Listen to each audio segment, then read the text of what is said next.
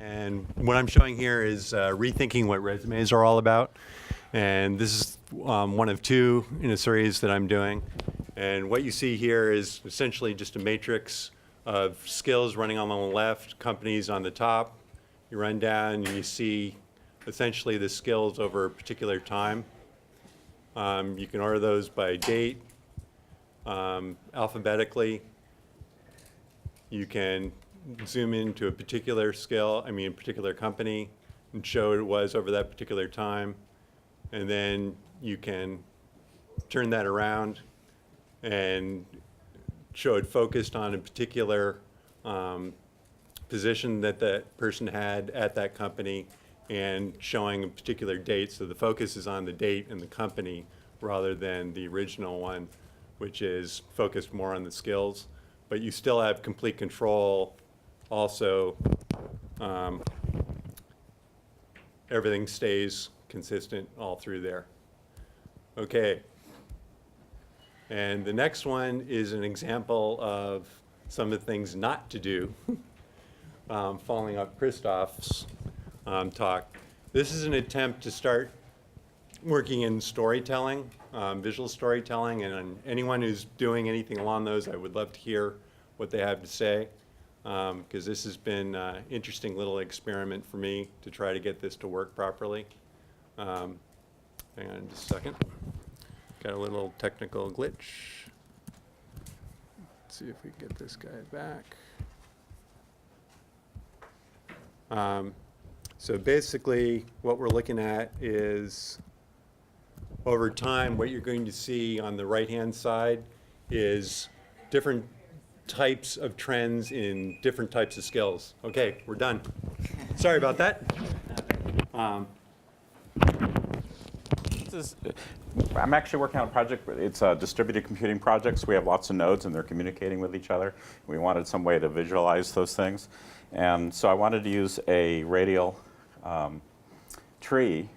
And I searched all over the D3 stuff, and there were all these people who had started to build radial trees and then sort of given up or things like that. So I couldn't actually find one that was complete. So did a lot of work to build a complete one, and then I put it back up on blocks if anybody ever wants to do a radial one. And then I started getting sort of carried away with the animation parts of it, and built a UI for it and things like that.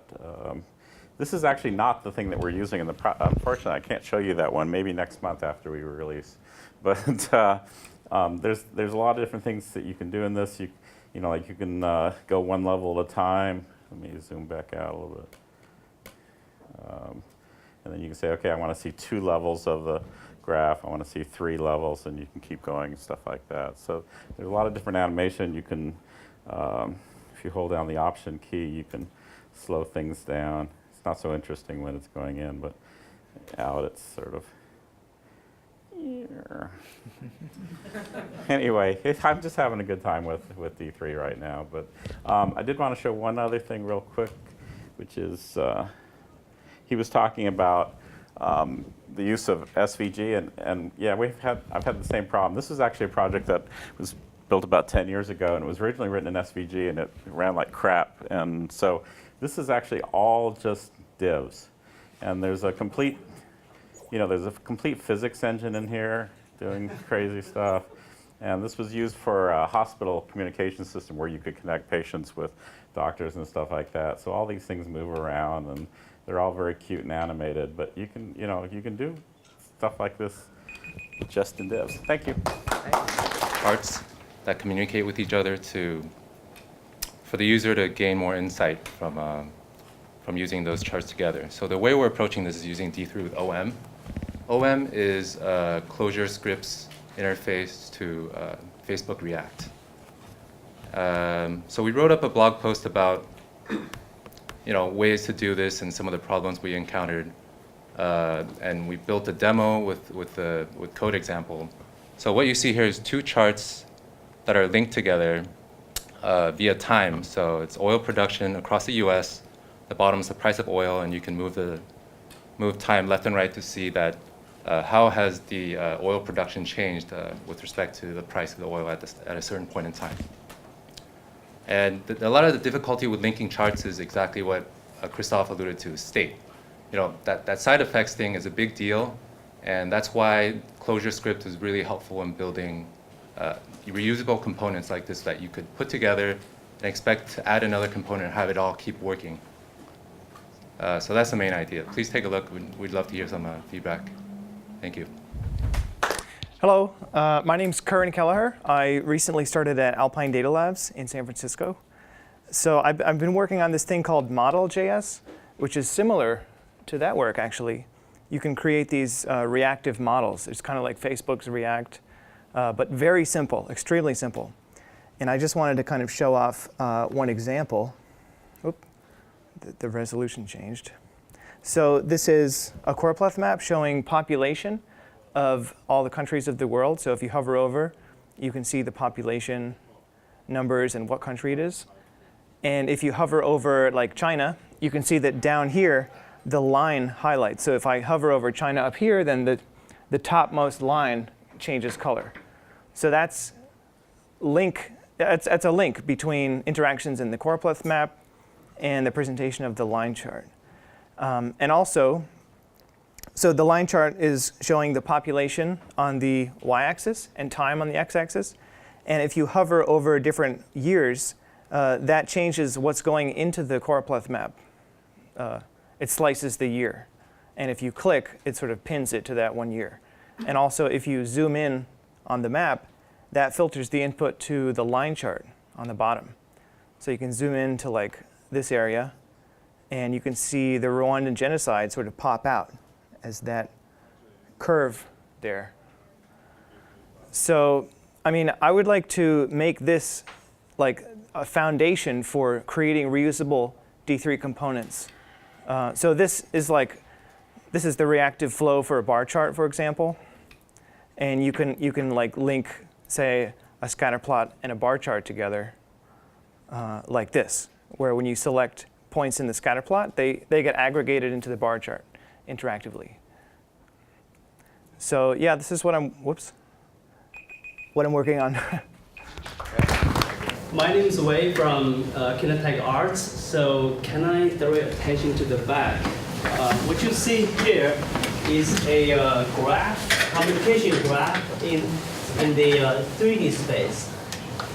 So we have data from 7 different industries. Like we pick one company from each different industry. What you see here is the health industry. And the data collected is how people collaborate with each other, in particular in how people share data with each other. So the project, with this project, we were experimenting what can we do in 3D data visualization. Does 3D give us extra information, give us help in understanding data better? Right now, it's playback over time, seeing how the connectivity is discovered over a period. I believe for this particular one, it's about 2-year time. This is a retail. So it is in the 3D space, and one thing we noticed is we had done a lot of 2D, like this graph analysis before. But with 2D, when you have over 1,000 data points, it gets very clouded. With 3D, most of the graph we have is of like 2,000, over 2,000 data points, and still feels very sparse. And also, you can identify local structure much better in the background of like global structure. It keeps you much easier to have a good perspective. So in the setup, we have, if you guys notice this connect, so once this is done, right now it's running like autopilot. When it's done, let me turn on the fly mode, where now you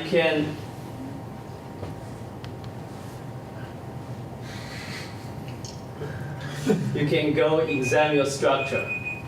So I'll have this setup running. If you guys are interested to see the other industries, come. I'll show it to you. Thank you.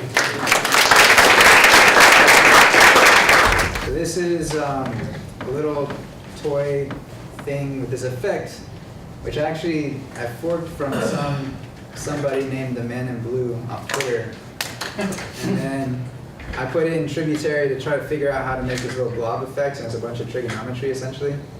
And then some other guy also named Ian forked that and made the effect even cooler, and I saw what he did, and I was like, oh, I gotta make a bunch of dots, put that together, and I think every time you change it, it'll be like different random configuration that's going between.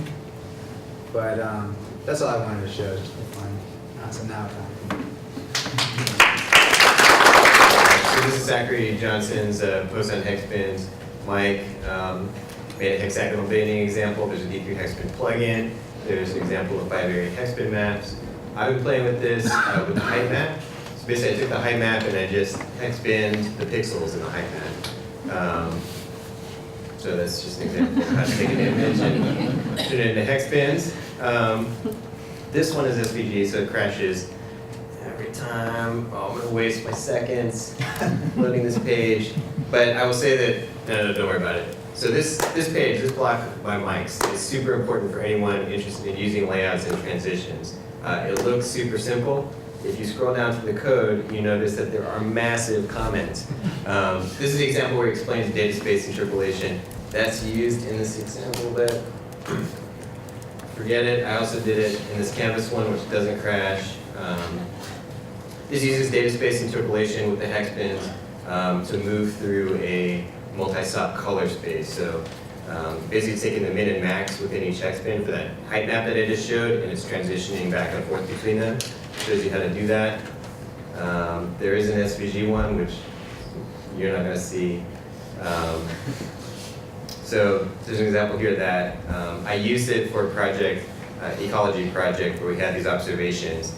The observations are these little orange circles. We want to see the distribution of them. So here are two different species, lizards and wood rats, and these gray areas are where they're sort of coincident. They co-occur. You can use other techniques like geographic projections to reduce the error because the hexbinning all takes place in the projected space. It's pretty tricky actually to hexbin a sphere. Think like a soccer ball, you need pentagons. You can use small multiples. These are actually sort of like sampling richnesses, but you use sample. You can also see temporal distributions with small multiples. And there's a leaflet plugin, but I use leaflet.